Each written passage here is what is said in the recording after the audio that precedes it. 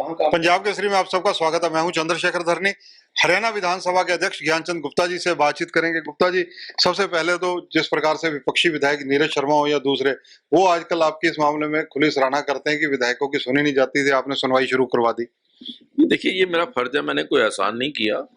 एक लोकतंत्र में चुना हुआ प्रतिनिधि, चाहे वो सत्ता पक्ष का है चाहे विपक्ष का है, वो एक 2 लाख 3 लाख लोगों का रिप्रेजेंटेटिव है। उसकी बात को अधिकारियों को सुनना पड़ेगा।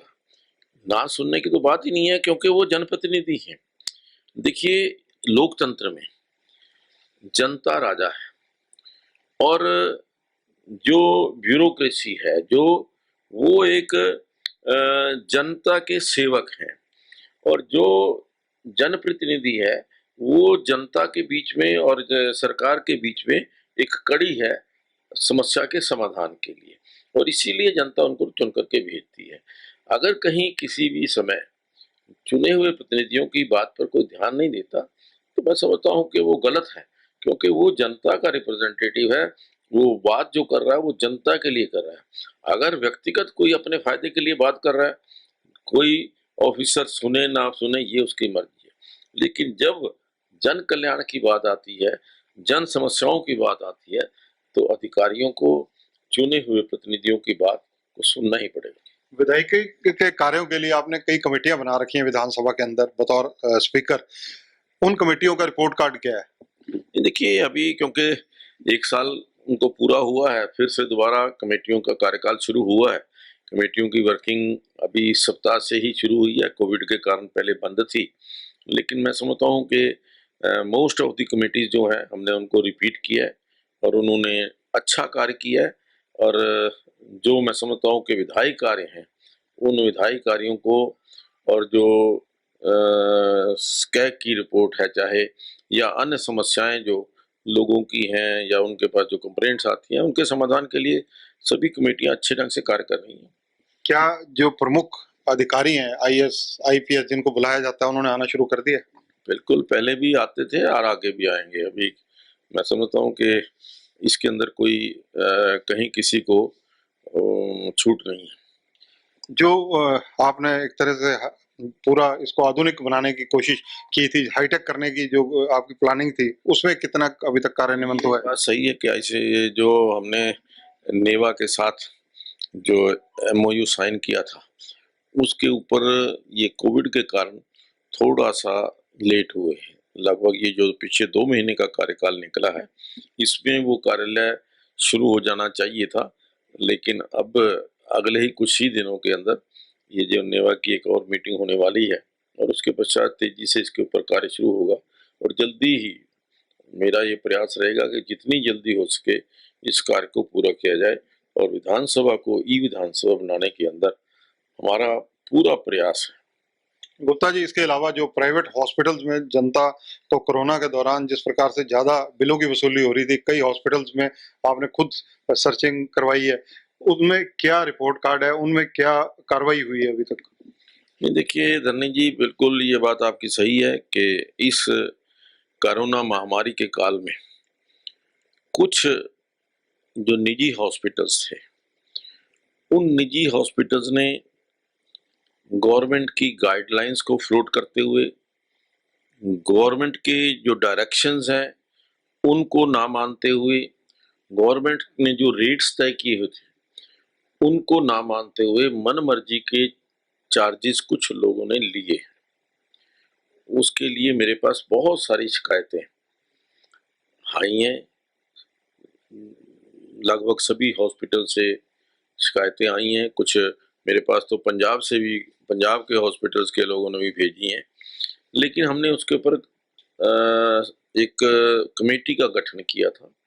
उसके लिए मैंने आदरणीय मुख्यमंत्री जी को भी इसके बारे में जानकारी दी थी, आदरणीय स्वास्थ्य मंत्री जी को भी जानकारी दी थी, और हमने यहाँ जिला स्तर पर एक कमेटी का गठन किया था, जिसमें 8 सदस्यीय कमेटी थी, 4 सीनियर डॉक्टर्स थे।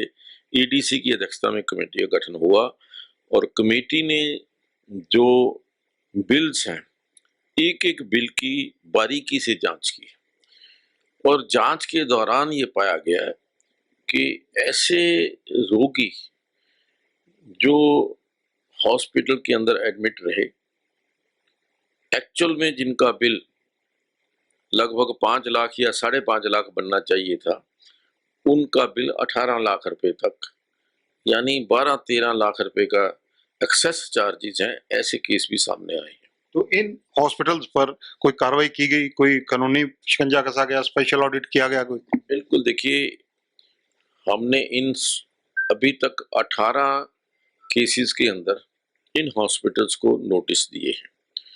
डिप्टी कमिश्नर की तरफ से नोटिस गए हैं और उनके कल ही 3 जो नोटिस थे उनके जवाब आए। हमने लास्ट डेट उनको 18 तारीख दी है। 18 तारीख तक अगर हमारे पास कोई सेटिस्फैक्ट्री आंसर नहीं आएगा या सेटिस्फैक्ट्री एक्सप्लेनेशन नहीं आएगी, तो इन हॉस्पिटल्स के खिलाफ जो भी कानूनी कार्रवाई है, चाहे वो कुछ भी हो, हम करने के लिए पूरी तरह से संकल्पित हैं। और मेरा ये मानना है कि जिन लोगों के साथ अन्याय हुआ है, ओवर चार्जिंग हुई है, ऐसे ऐसे गरीब लोग जिन्होंने अपनी ज़मीन बेच करके बिल पेमेंट की है। एक केस आया कि जिन्होंने अपने घर के गहने बेच करके इनके बिल की पेमेंट की है। तो ऐसे लोगों के पैसे वापस होने चाहिए और उसके लिए मैं पूरी तरह से प्रयासरत हूँ और मुझे आशा है कि उसमें हमें कामयाबी मिलेगी। गुप्ता जी, आपने सीएम साहब से मिलकर पूरे हरियाणा में स्पेशल ऑडिट भी करने की बात सीएम साहब ने उन दिनों कही थी, क्योंकि आप मुलाकात करके आए थे, आपने जो समस्याएं अध्ययन की थी वो बताई थी। स्पेशल ऑडिट का मतलब क्या हुआ? देखिए, वही है कि उसी दिन आदरणीय मुख्यमंत्री जी ने सभी जिलों के अंदर ओवर चार्जिंग को लेकर के कमेटियां गठित करने के आदेश दिए थे और मुझे जहां तक जानकारी है, सभी जिलों के अंदर हॉस्पिटल्स का ऑडिट करने के लिए एक ऑडिटर के साथ कमेटियों का गठन हुआ है और उनके ऊपर उनके बिल्स का ऑडिट हो रहा है। निश्चित तौर पर कई जगह उन्होंने हॉस्पिटल ने पैसे वापस भी किए हैं, कोई 1-2 जगह डॉक्टर्स ने जो हॉस्पिटल्स हैं उनको सील भी किया गया है।